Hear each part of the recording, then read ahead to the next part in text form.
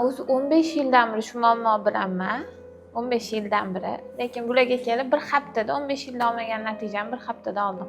Oxirgi mana shu 10 yil ichida borgan kosmetolog, dermatolog doktorlarim hammasi bir xil lecheniya yozadi. Antibiotik, o'sha ichak tozalaydigan dorilar, hammasi shunaqa narsa. Bular ham yozdilar, lekin unga qo'shimcha yana boshqacha dorilar ham yozdilar. Farqlari hamma borgan doktorim ichakdan davolagan, bular yuzda o'zini ham davoladilar. Amanda o'zi yuzi prям o'zida infeksiya bo'lgan ekan, ichakda emas.